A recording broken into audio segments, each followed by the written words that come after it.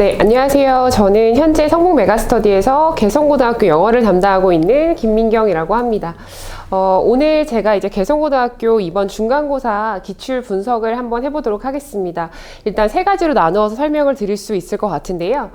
첫 번째는 개성고등학교의 내신과 그리고 저의 내신 대비, 그리고 마지막으로는 내신 전략과 관리 체계에 대해서 말씀을 드리도록 하겠습니다.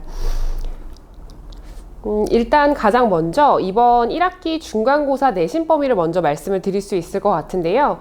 교과서와 그리고 부교재에서 말씀을 드리면 교과서는 능률김 2과 3과가 이제 이번에 포함이 되었었고요. 그리고 부교재는 수능특강 라이트라고 하는 EBS 부교재를 사용을 했는데 약 한 3개 유닛이 들어갔어요. 그런데 이게 사실은 유니트 1부터 3까지 이렇게 깔끔하게 들어가기보다는 뒤에 실전 문제 뭐 몇 개, 그리고 중간에 6과 7과 이렇게 좀 띄엄띄엄 들어갔다 보니까 이 부분에 있어서 학교에서 이제 미리 이렇게 깔끔하게 알려주신다기보다는 마지막까지 이렇게 정말 타이트하게 수업이 진행이 됐어야 됐던 부분이 있었고요. 그리고 모의고사 같은 경우에는 이번 23학년도 3월 고등학교 1학년 모의고사가 대략 한 8주문 포함이 됐고요. 그 이외에 이제 학교에서 정하신 단어장과 그리고 학교에서의 수행평가 프린트, 그 이외에 학교에서 주시는 연계 학습지까지 조금 많은 범위로 포함이 되어 있었고, 무엇보다 시험 전주, 직전주까지도 범위가 확정이 안 됐다 보니까 수업 시간에 이런 부분에 있어서 가장 타이트하게 수업을 진행을 하게 되었습니다. 그리고 다음으로는 총 문제 개수를 먼저 말씀을 드릴 수 있을 것 같아요.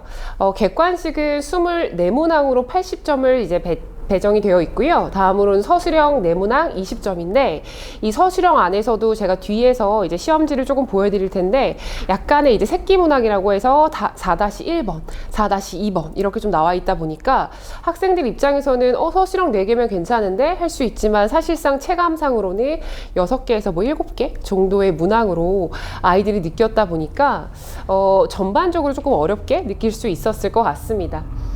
그리고 다음으로는 객관식의 출제 유형을 말씀을 드리도록 하겠습니다.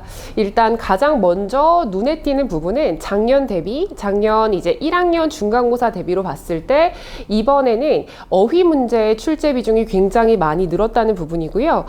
작년에는 사실 세부적인 어법 사항들이 굉장히 많이 출제가 되었었는데 이번에는 유형이 많이 바뀌어서 일단 시작부터 어휘 문제로 내문항이 출제가 되었고, 그리고 빈칸과 그리고 바로 밑에 보시면 내용 일치와 대입 파악에서 11문제가 많이 나와서 작년이랑 아이들이 느끼기에 아마 체감상 작년 시험지를 풀고 이번 시험 대비를 했던 친구들 같은 경우에는 시험 유형이 완전히 바뀌었는데? 라고 할 수도 있고요.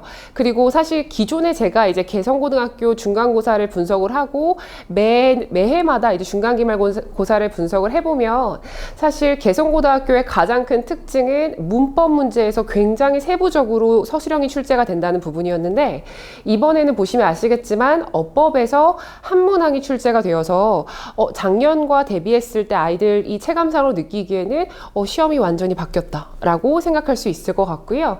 그래서 제가 뒤에 넘어가서 이번 시험에서의 좀 특징적인 부분을 말씀을 드리도록 하겠습니다. 지금 보시면 2번 문항인데요.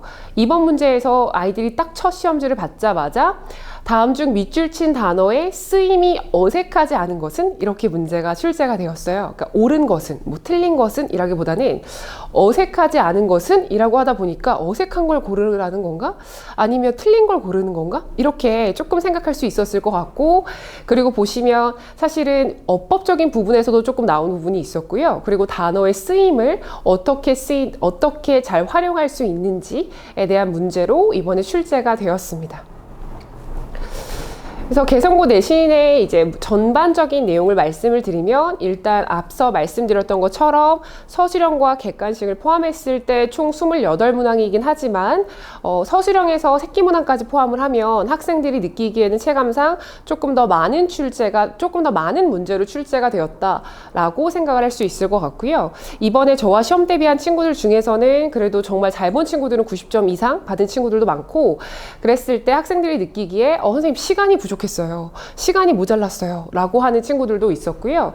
그리고 2번을 보시면 제가 앞서 말씀드렸던 것처럼 글의 내용 일치나 주제, 제목 등의 대의 파악을 묻는 문제가 굉장히 다수로 출제가 되었고, 이때 가장 중요하게 우리가 이제 느낄 수 있는 부분은 선택지가 영어로 출제되었기 때문에 학생들 입장에서는 체감상 조금 더 어렵게 느낄 수 있었던 부분인 것 같습니다. 그리고 세 번째 보시면 세부적인 어법을 요구하는 문제보다는 전체적인 내용과 그리고 그 안에서의 세부사항을 확인하는 문제가 출제가 되었어요.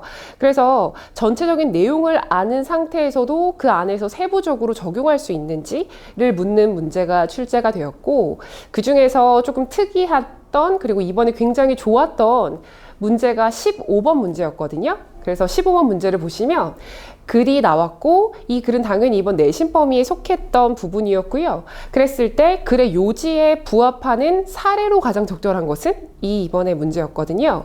그래서 글의 내용에 요지를 물어보는 게 아니라 그 요지를 알고 있는 상태에서 이 요지에 해당하는 사례를 고르는 문제였고, 선택지를 보시면 뭐 person A, 그리고 2번은 person B, person C, 이렇게 여러 개의 사람들이 어떤 식으로 여러 명의 사람들의 상황을 묘사를 하면서 이 글의 요지에 부합하는 사례를 고르시오 라고 하는 문제가 굉장히 특색 있게 나와서 학생들 입장에서는 요지를 묻는 문제인 거는 맞출 수 있었을 것 같은데, 오히려 영어 선택지에서 내용 이해가 안 되면 틀릴 수 있었던 이런 문제들로 이번에 출제가 되었습니다.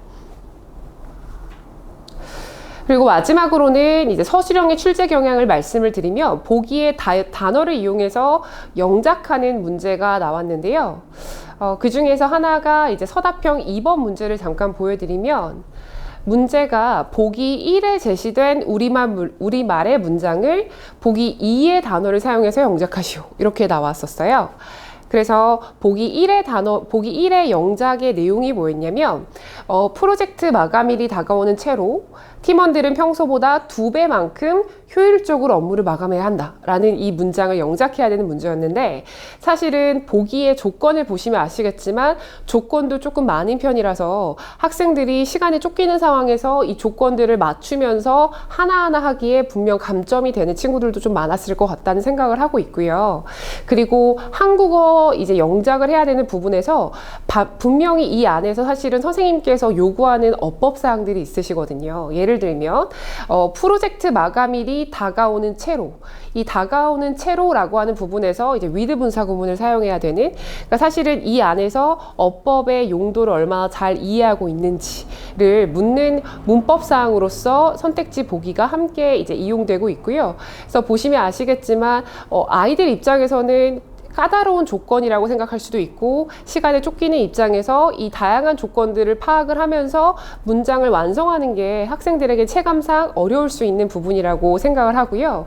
어느 학교나 비슷할 수 있겠지만 이제 우리 학교 같은 경우에도 똑같이 학생들이 느끼기에 사실은 서술형에서 1등급 변별력 문제로 이제 킬러 문항으로 많이 출제가 되고 있습니다.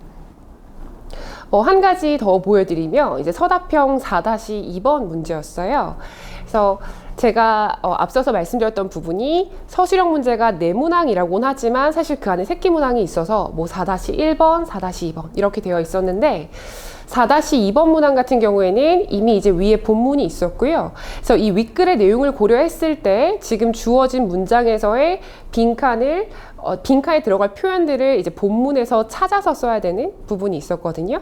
그래서 학생들 입장에서는 이렇게 찾아서 쓰는 문제들 같은 경우에는 체감상 이제 본문을 읽으면서 이 단어가 뭐지? 하면서 이제 시간에 쫓기는 상황에서는 그런 부분들도 힘들 수 있는 부분이고, 그리고 지금 정답을 보시면 정답의 보기에서도 단어의 개수를 사실은 암시해주고 있거든요. 그래서 1번 같은 경우에는 1번에 해당하는 답은 일단 기본 2개의 단어로, 2번은 1개의 단어, 그리고 3번은 4개의 단어로 이렇게 아이들 입장에서 본문에서 어떤 단어가 들어가는지 이제 찾아서 빈칸에 보기를 같이 맞춰야 되는 이런 문제로 이번에 출제가 되었습니다.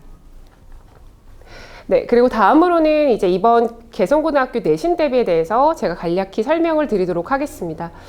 일단 앞서 말씀드렸던 것처럼 개성고등학교뿐만 아니라 전반적인 학교에서 일단 내신 대비를 할 때에는 전체적인 내용 파악을 한 이후에 그 안에서의 세부 사항을 정리를 하고 있어요. 그리고 뿐만 아니라 사실은 수업 후에 학생들 입장에서는 바로 이제 집에 가서 다른 부분들에 있어서 본인의 것을 만들 수 있는 그런 부분들이 저는 필요하다고 생각을 하고 있는데, 사실 대부분의 학생들은 주말이나 이런 요일에 영어 수업을 듣게 되면 바로 뒤에 다른 과목의 수업이 바로 있다 보니까 저는 사실 수업 후에 클리닉을 같이 수업 시간으로 연동을 해서 같이 잡아두고 있고요. 그래서 클리닉 시간에 그날 배웠던 단어라던가, 그리고 그날 중요하다고 생각하는 구문을 같이 분석을 하거나, 아니면 워크북을 통해서 같이 그날 배운 부분을 반드시 점검을 하고 학생들과 함께 그날 배웠던 내용들을 최대한 꼼꼼하게 복습을 함께 하고 있습니다. 그리고 3번을 보시면 다양한 변형 문제를 통해서 이제 우리 학교의 출제 유형들을 최대한 꼼꼼하게 대비를 하고 있습니다. 그리고 4번 보시면 매 시간 이제 사실은 우리 학교 맞춤 리뷰 테스트를 보고 있고요. 그리고 그것에 대한 결과는 매번 문자로 어머님들께 전송을 드리고 있습니다. 네, 다음으로는 제 이제 내신 전략과 그리고 관리 체계에 대해서 말씀을 드리도록 하겠습니다. 일단 제가 이제 보여드리고 있는 부분은 제가 매 시간마다 앞서 말씀드렸던 우리 학교의 이제 시험 문제 유형과 가장 비슷한 리뷰 테스트를 보고 있다라고 말씀을 드렸는데, 매 시험마다 이런 식으로 시험지와 동일하게 만들어서 매 시험마다 리뷰 테스트를 보고 있고요.